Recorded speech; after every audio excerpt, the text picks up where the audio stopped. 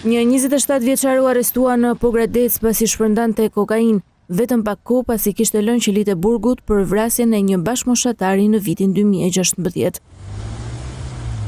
Fabian Muçollari u ndalua duke qarkulluar me makinën e tij në qytetin e Pogradecit, pasi policia lokale thotë se kishte marrë informacion se i riu me precedent penal ishte përfshirë në veprimtarinë e shpërndarjes së drogës. 27 vjeçarit u gjetën një sasi kokaine e mbështjellë në një pako. Në makinën dhe banesën e Fabian Muçollarit, policia thotë se gjeti dhe sekuestroi 2 armë zjarri, pistolet, një silenciator, 3 krehra me fishek, sikurse një shufër metalike me mbishkrimin policia dhe një shkop metalik. Pashtu policia i gjeti 5 aparate celular, 2 karta banke, një pasaport biometrike dhe një shumë parash. Fabian Muçollari rezulton një emër i njohur për policinë e Pogradecit, pasi ka qenë i dënuar për vrasje dhe vrasje të mbetur në tentativë dhe cilësohet si person me rrezikshmëri shoqërore.